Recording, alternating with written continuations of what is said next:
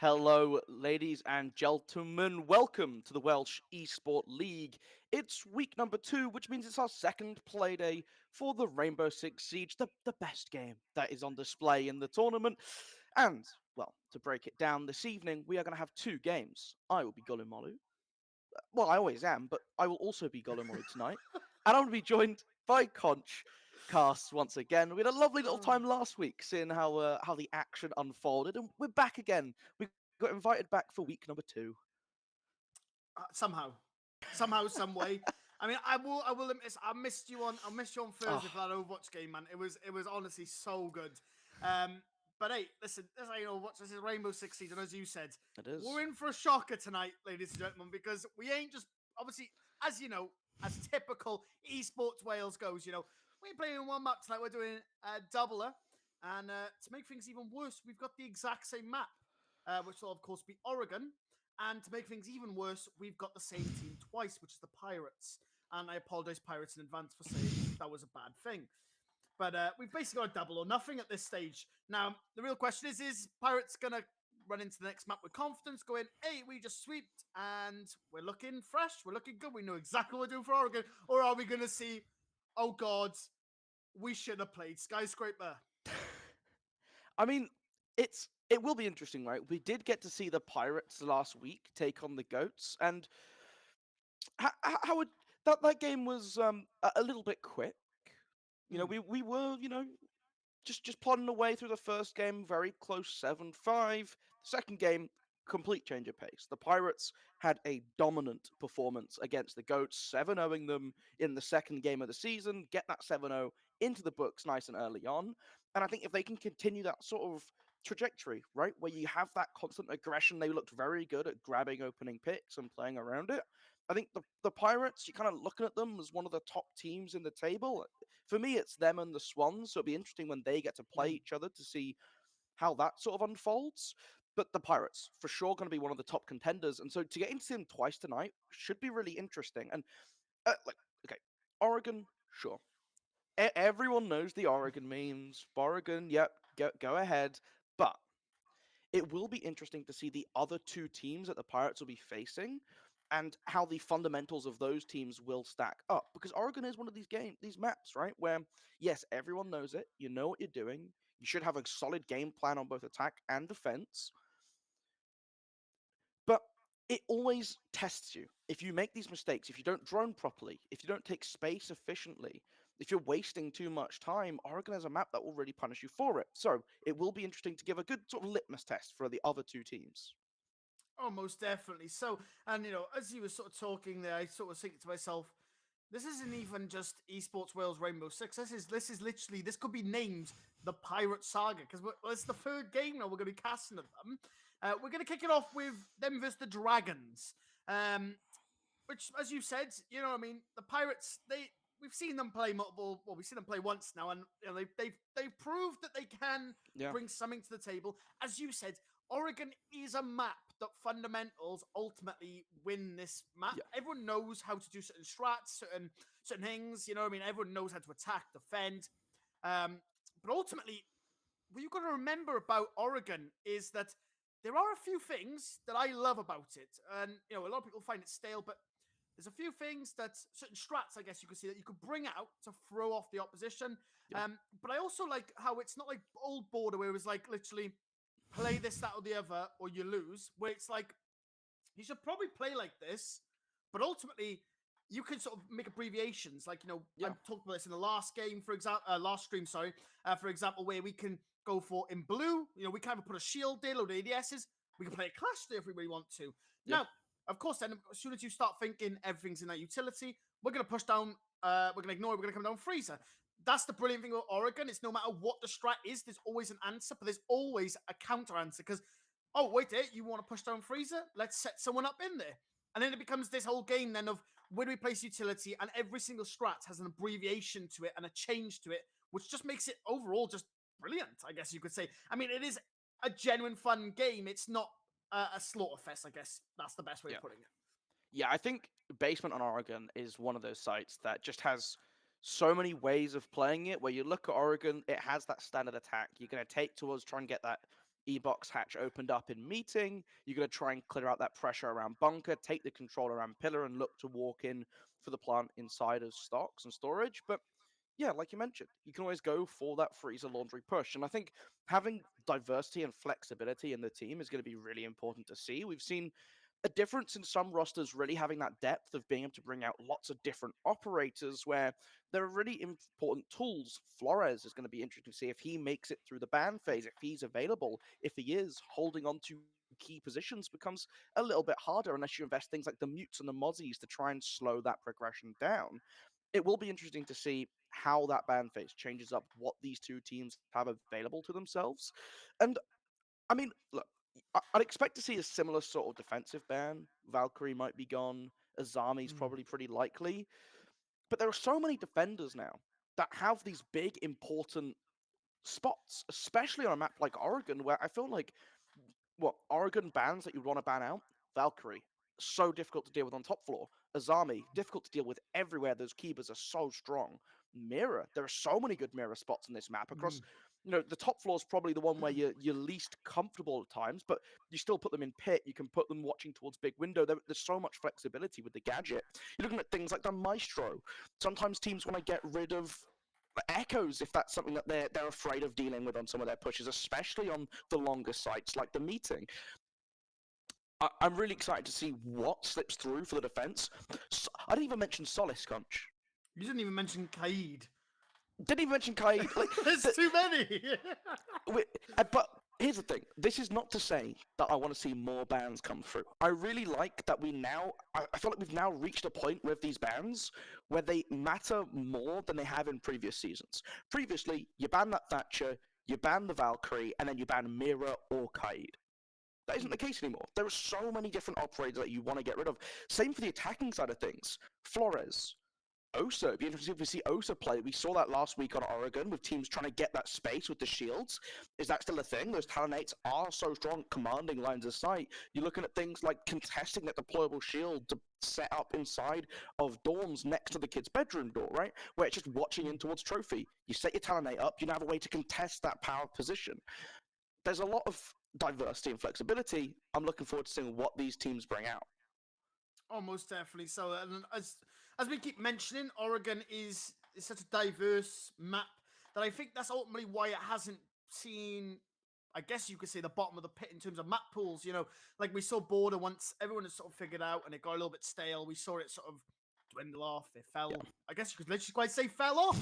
It's irrelevant because nobody liked it. Even I remember back in the day on Old Border, you'd be sat there and you'd even be in like ranked, because I know it was in the rank rotation, and you'd be sat there and you'd play it, but it wasn't like it was so old that you're like, oh my god, I don't know what I'm doing. It was literally the same old thing. It was literally like, I'm gonna reinforce here, I'm gonna do this.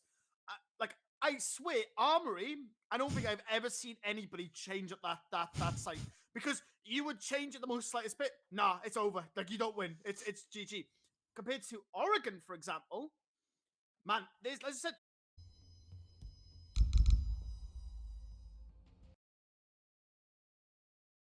ugly fest for you, unfortunately. But that's just the nature of Siege at the end of the day. It is all about all these different marks, all these different objectives. And, well, utility is the game, but it's not always the aim. Yeah, that is a very good way of putting it, right? You got to be very careful, very conscious of what's going on, as we are in the game. We're back. Everything's sorted. Ubisoft tried to take us a little curveball. Mate, we're prepared. We were set ready for this inevitability. And you look at how the bans have played out so far. The Dragons, starting out on the defensive end of things, great way to start on Oregon, get that comfort zone, deciding to take Ace off the board, one of your hard breaches, one of those ranged hard breaches as well, which will be interesting to see how that impacts the top floor. Impact tricking is going to be a lot bigger of a thing. Because if you can, on dorms, you open up a little bit of a floor, there's the lamp in classroom, you drop the impact onto it, you can get rid of anything on the breach. Habana pellets take a lot longer to open up, but do have that ability to do it slowly to try and prevent that. Something like a thermite is your only other real hard breacher available. That's very risky to try and go for, and that is the operator who's been locked in for the side of the attack. Most definitely so. And, you know, as we can sort of see out of this, it's very common, I guess you could say, in terms of bans that have gone through, right? So, obviously, we see the Aruni, we see the Mirror, and ultimately we see Echo. I mean, Echo, there's not much to say. He's just strong as anything. He always has been, always will be, let's be real. We see Mirror then as well. I wouldn't be surprised if we see, with these mirrors, on the opposite wall, we're going to see an Aruni gate go on the back so that it gets covered by stuff like Thermites, stuff like Hibana pellets, which looks like they're going to swap over to Hibana now. And that's one way of countering, none other than, obviously, the Hibana pellets. So you get rid of them. It's like you're essentially tricking out to locate a bomb and defuse it. With the gate, right? And that's the brilliant thing for her, is that being able to trick with that gate is such a crucial feature for her. I think it will definitely change the game. Yeah, it really is a nice way to try and prevent any shenanigans going on. They did swap out that Thermite for the Hibana, spotting that it's the bottom floor, right? You don't necessarily need those extra Thermics to get walls open. That's not the main priority here for the attack. Instead, it's getting these hatches, getting that space above, and you can see the silhouettes all lurking around. There's going to be on King. What's his game plan here? The drone's starting to come on in. Will spot him out. Will give that information. He doesn't have the immediate rotate out, but he's able to get to the doorway. No one close enough to capitalize on the information gathered by Jet so far. I do want to very quickly drag us back a couple seconds, though, Conch. Smoke, taken out by Dragons as the last ban of the phase. It's a little bit spicy, but you already in that close position, able to grab the first pick. He was in freezer for free. He pushes on it and he gets one, and he gets another. It's dark. Ghost who will fall. It's now 5. There's a 3 versus 5, sorry. Loading back. Still left on that clock. That's such a huge push. Now the attackers need to slow it down a little bit. They already have freezer control. We see another one. Ash with Ben pushing on down to that main stick. He's been given that mirror wall to set up. Now one in kill, a couple shots in, and ooh, a quick little pick for you. You've been given streaming it up. Minute 30 on the clock. Was then King's going to go on a road. Bomb has been located. Some kind of work going on in. Takes a lot more of an aggressive position. Potential watch really rotates. Brad the Chad though will take out Braver. It's now a minute 25 left on the clock. Hibana is going on through, trying to open up these angles. Ultimately needs from this mirror, and you will push on in. He finds Echo. Echo will go down. Gonna finish off that kill. Gonna shoot for the wall, trying to kill that person in pillar. Brad the Chad though will fall unfortunately to Jets, and it's now up to King now in a 1 versus 4. Minute left on this clock. In round number 1, what an amazing start for the Pirates. They've absolutely just killed the game so far. That'll be Ryan now going to the plant. King needs to make something. Attackers are activating the bomb. That plant is over. Does get a couple of shots to see. Flashes come up through as well. He fires us a couple of shots back, but unfortunately nothing will collide. We'll start to rotate now, taking these back stairs. He'll be looking for these players. He needs to basically push them and isolate them one by one. A ping does come on through from his team, which gives him a little bit of intel. He doesn't know one's there. The barbed wire will alert him, though, but one in the back will keep a couple shots into him, and he'll be extremely low. The player will slowly but surely push up. He's not prepared for it. It'll be another bend to finish our round, taking out King, and round number 1 going to the Pirates with an explosive start. Yeah, continuing as they finished off the first game of the season instantly in here with that aggression, with that pace that we see from them, that we know they're capable of, where they spot the opening, they get that forward mark, and do you see how quickly the team moves to support Uve there? Right, you've in that position. Jaeger, no clue that he's just sat in freezer right around the corner of the lockers, and he grabs the free kill, peeking over the top from the vault position on the box, instantly looking for more, instantly challenging to take that space, and the team is instantly behind him. You see Ben very quickly making his presence known on the laundry staircase, so that when Miss Buck looks to get aggressive, when he does push forwards, they can prevent this sort of cut-off rotation from the defense of the Dragons. You can't walk into laundry to try and contest these head-high holes if you're going to get shot down from the staircase. And then ultimately, the Pirates just once again having a very good understanding of how they want to attack, and the communication flowing between the squad. As the advantage is there, they jump very quickly, they make the most of it, they have the round win. 10 seconds remaining. You put it absolutely perfect. I mean, there's no other way to put it. So, I mean, you've 5 taken seconds to go. that freezer so quickly. Yeah. Really set them up. I mean, as soon as you Attackers lose must freezer, locate and you just defuse lose the bomb. all sorts of rotation. So, I think it was brilliant to see you take that initiative. And I mean, he went down there and got a kill so quickly thrown. You can't allow that to happen if you're going to be holding down freezer. You need to allow that to deny you. And I mean, he's just going to go for the same thing again. At the end of the day, if it's working, why fix it? You know, don't fix something that isn't broken. Because you probably end up breaking it. Let's be real. But as I said, he's looking like he's going to strike once again down these freezer stairs. Looking to see if the hatch is open. And hey, look, he's got explosives. He's primed, and he's going to start getting that hatch open up for his team. It's just the confidence is the biggest thing for me, right? They are not afraid to take a forward step, to move Attackers in have very located a aggressively. Not expecting on their own. Early drones probably had one positioned as he's looking to try and take the swing, expecting the high position from the Jaeger, but can't quite land the shots here. Just trading them back and forth. Going to pull out that drone to gather a little bit more information for himself to try and push in, but the rest of the squad already setting up on these laundry stairs once again, using the Yana Gemini to burn out the Saria Gate. Getting that kill onto Dark Ghost means that they have a little bit more space to play inside of lockers. You've got to watch out for the holes, you've got to watch out for the mirror windows that can contest these longer angles, but the laundry position will help them with moving into the space. I mean, let's be real, this is just not fair. Juve is just literally taking it upon himself to solo push Freezer, and he's getting kills. He takes out none other than King, the man last standing in our last round. But he won't be this time because he loses all sorts of ground to stand on. Rather chances heavy fire to that cause he gets immediately challenged. How is he losing? He's got a barrel window. You need to be careful when you're playing that angle. Any second you could die. A player laid down does catch you out of guard, but of course he has a shotgun, doesn't do a whole lot of damage. Mute decides to walk on in, but it looks the wrong way. That's BX. It's all going down. Nexus will fall as well. Run the tackle. He right back on out. It's all up to him now. Low, it's really low. One will drop down E-box, and it's none other than Jet to seal the deal. I mean, Brad the Chad.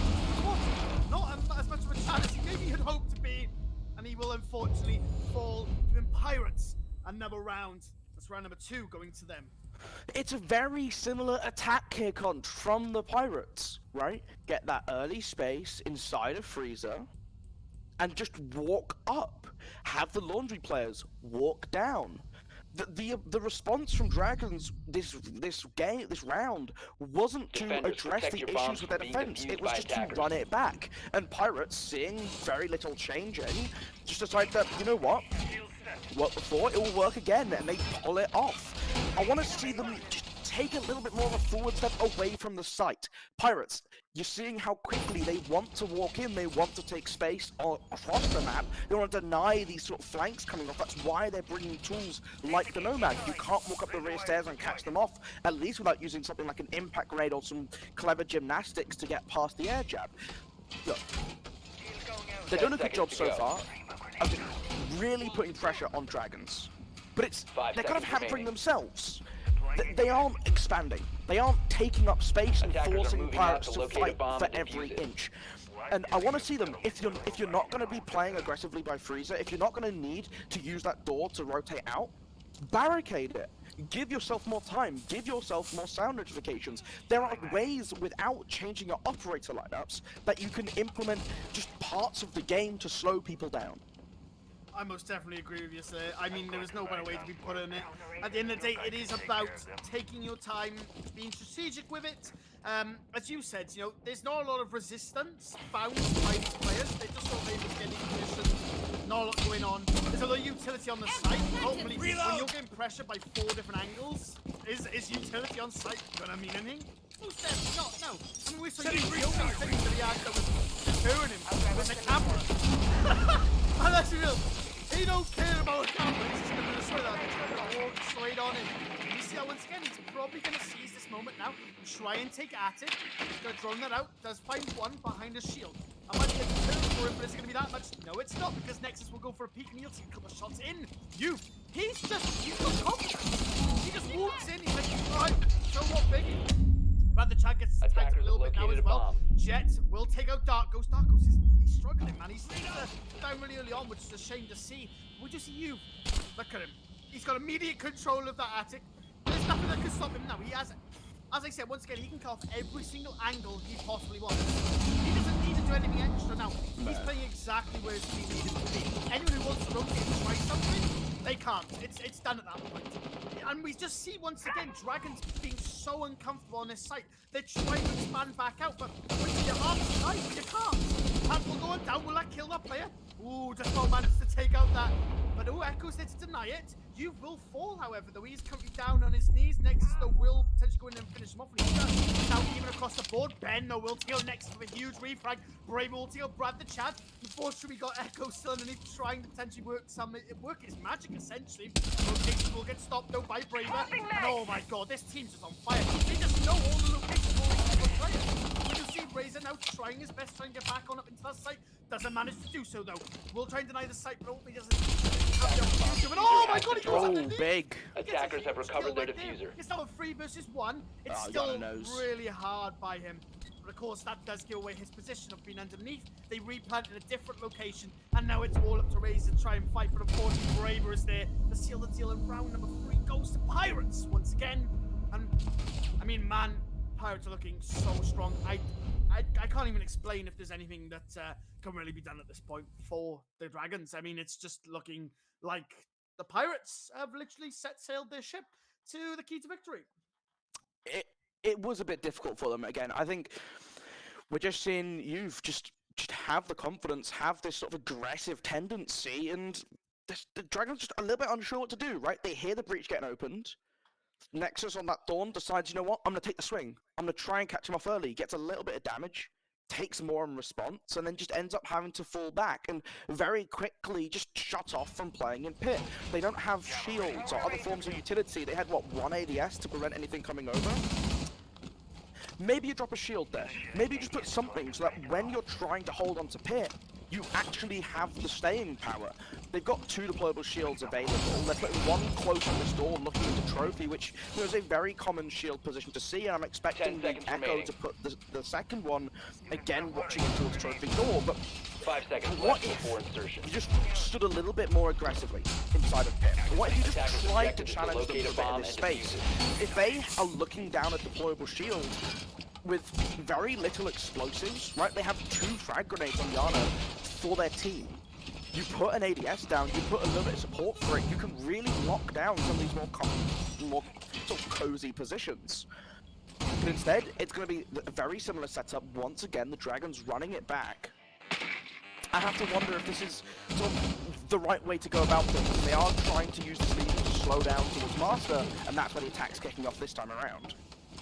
Most definitely. So I think, once again, I'm going to bring it back to what you just said. It's just, nobody seems to be really wanting to challenge. I feel like as soon as any pressure goes on to Dragons, they immediately want to run, which isn't the approach you need, especially like on a position like Pit. I mean, if you are going to drop off on it, waste as much time as possible, make sure you doesn't get access, and then reinforce it off, right? That's why a lot of teams will do that. They'll save a reinforcement so they can back off, reinforce it, and then essentially you've only got 1 doorway to look through instead of, well, 3 rotations into kids, and also the main wall, walk-in wardrobe will get open, which is, wow. This early on, minute 10 into the round, having that open is no easy feat. But once again, there's just not a whole lot to stop. We do see, though, Zor pushing on through. He's going to potentially go for an impact shot. Oh, okay, I don't think he's pushing over it anyway, but oh! King by Braver. Zor will find another. That'll be you, the MVP, most falling. Fortio Jets will get a kill, same with Ryan. It's now a 3 versus 3, but Dragons do have the help. They just need to play safe now. They have the position. Rush come up through. Ben will get 1 though. A little bit of a stun comes up through onto himself from Jet. Minutes 10 left on this. Attackers have located a bomb. Nomads are flying out. Gonna be stopping the Pisons getting these good positions. 2 versus 3. Minutes and 5 left on this clock. Phones are ringing, alerting these attackers of where the locations of the last remaining defenders are at. Jet has pit control. He's gonna walk in slowly but surely. Ryan goes for a bit of a plant. Will bait out and kill the fawn. Now though, Ryan will officially plant that bomb down. They need to make a move right now. Attackers are activating the bomb doesn't manage to diffuser. hit anything, and it's now the diffuser on down. 2 versus 3. A move has to come on out on the Dragons. This is their time to strike. Fight back. As soon as Ryan gets out here, it is basically game over. Jack fights Brad. Brad manages to fall in the seat, but manages to get time. But unfortunately, it's not enough as Jet will finish off Brad. It's all up to the Dark Ghost now. 25 seconds left. He needs to make a move. He goes and rotates, but unfortunately, Jet will catch him out. And that's round number 4, with none other than the Pirates, who, in all fairness, looked a little bit more shaky that round. The Dragons seem to have stepped up. It's just not enough, unfortunately. But it's definitely a step in the right direction for the Dragons. Yeah, the big question mark there was that aggressive position taken by Visor, right? He just steps up, jumps on top of the fridge. You've just not expecting it at all. Catches him out, gets that pick, slows down the attack a little bit. Yes, Jet in a good position to get that refrag, Attackers to need kind to of locate retake and that defuse space. as many bombs as But it was they a nice can. attempt. I like to see that coming out from the Dragons.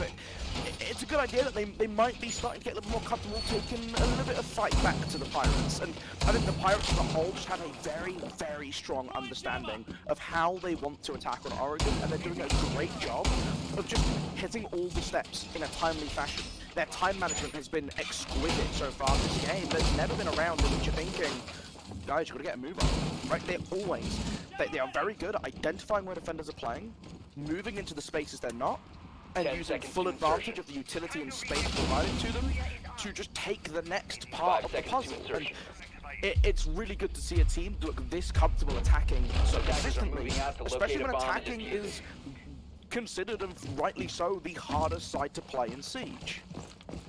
Yeah, I most definitely agree with you there. Which, you know, with it being the hardest side, I'm sort of scared for what we're going to see when Dragons go this attack. If Pirates are this keen at taking space, you know, that could work bad on defense if they want to try and take too much. But ultimately, if Dragons are scared to fight in the same pocket as Pirates, then I don't know how on earth Dragons can be able to clear anything and gain space. They're ultimately just going to sit and just hold angles all game, which time is of essence. I mean, to be honest with you, back in the day, 3 minutes on Siege felt like, oh my god, we have so much time. But now, because of everything you've got to clear, it's like, 3 minutes, I don't have enough time. I gotta go.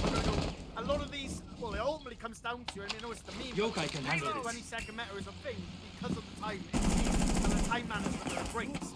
Now we do see, unfortunately, Braver taking out Nexus. That'll be him falling. I think he got a little bit shot up from the E-box, which is unfortunate for him. It's now 4 versus 5 though. Minute 50 on the clock, and well, it's once again not looking too good for the Dragons. Yeah, I mean, getting that early pick onto Nexus really helps. They have that opening on E-box hatch. They can start to peel away a little bit of pressure. It's nice to see the Pirates going for a different style of attack, right? Going for this bunker instead, showing a little bit of flexibility. No Flores, but I mean, Bravos just dropped the hatch. He's just ready to take these gunfights. You grabbing one, starting to push down behind, just catching them off on this off angle. They still have the one D-down scan on cooldown, so they're not going to pop that gadget just yet. As Brad the Champ looking to get a little bit aggressive. It takes me Dark Ghost to finally shut down this Ash, who come down. Kill on Laundry Stairs going in their favor as well. During the scan from the line, as Jokai Echo tried to get aggressive, but it didn't even matter.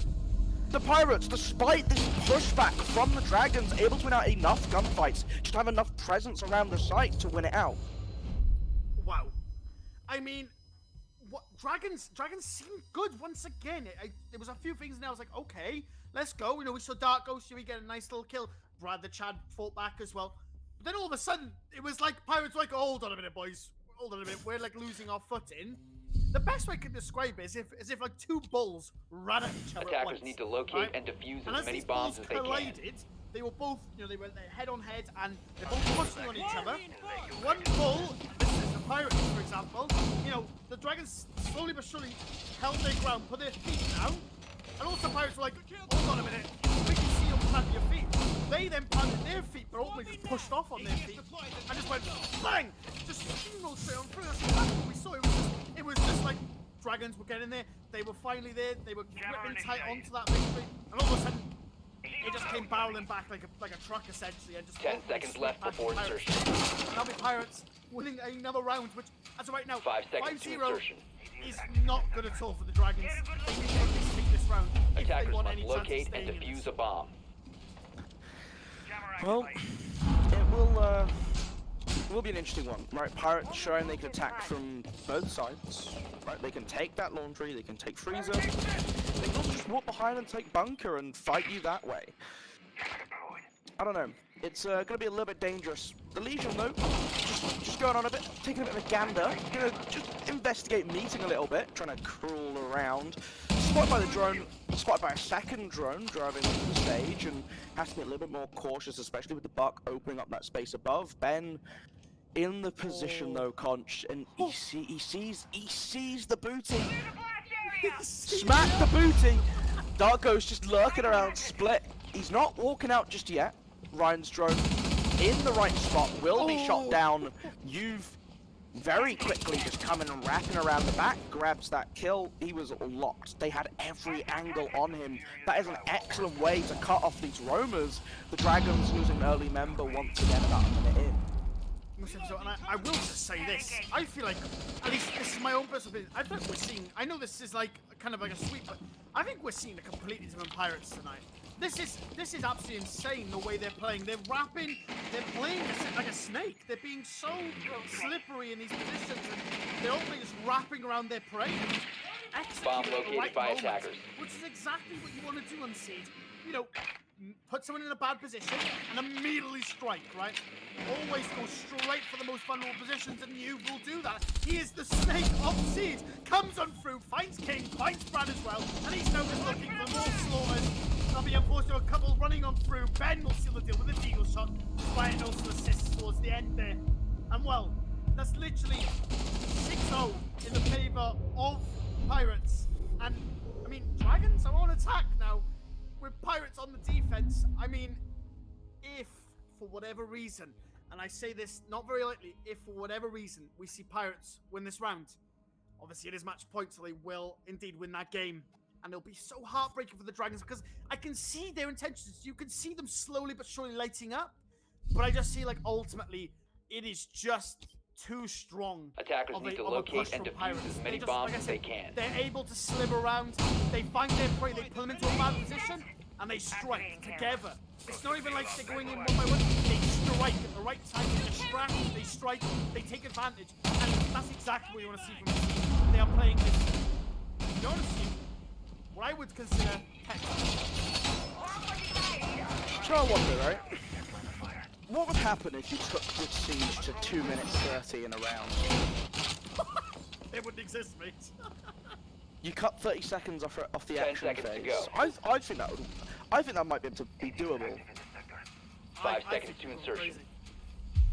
I mean, like, here's the thing, right? Attackers are moving out to Every locate a bomb round this and game defuse has it. been pretty quick, right?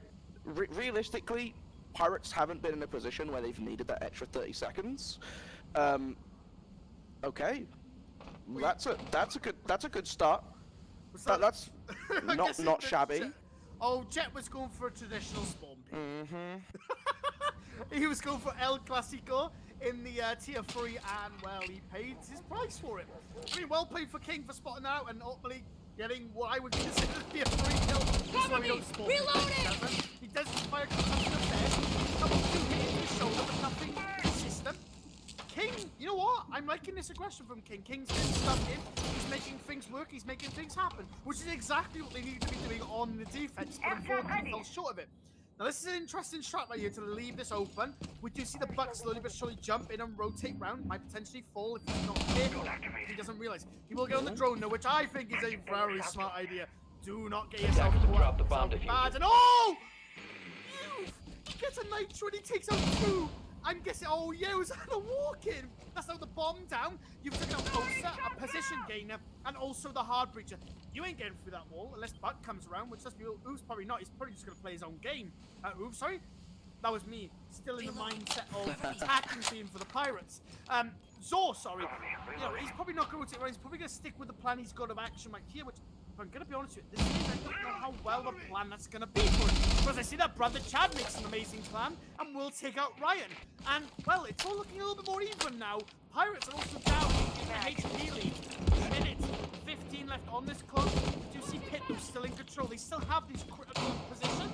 The thing is that by this time into the game, the Pirates have already had all this space. And, well, Braver will take out Zor. Zor slowly creeps on up, looks for potential. You know, some of those gadgets. Taken out by Yub, though, a couple of shots into King, and King will fall to Yub. It's all up to Brad the Chad now. 1 versus 3 swings on through. Will take out 1, but ultimately falls to Ben. And that'll be round number 7. Going to none other than the Pirates. And of course, map number 1 going to the Pirates. And well, I am super excited to see what Pirates are going to do going into our second round. For context on the season so far, Pirates have played 14 rounds. The other game played last week was 12 rounds. It was a 7-5. That was the Swans Puffins game. nearly half. It's probably like 52% of rounds have been in 2 of the 3 games. Pirates, really strong showing from them once again. And you know what? I love to see it. I think one of the big mistakes teams sometimes make when they feel like they're the stronger team, when they feel like they have the upper hand, is you see people go for like the silly plays, or people mess around a little bit. They have a bit of a joke. Hey, let's do something weird, something odd. No, I love to see this. You are letting your opponents, the rest of the league, all know you are not messing around. You are going to come in, get the job done, claim your points, keep your round difference, shut down everyone that walks in your path, and go and enjoy your evening afterwards. This is fantastic to see from Pirates. I love just the dominance that they are showing. And guess what, ladies and gentlemen? We still have a whole game left this evening. It's going to be the Pirates, I want to say, taking on the Ponies.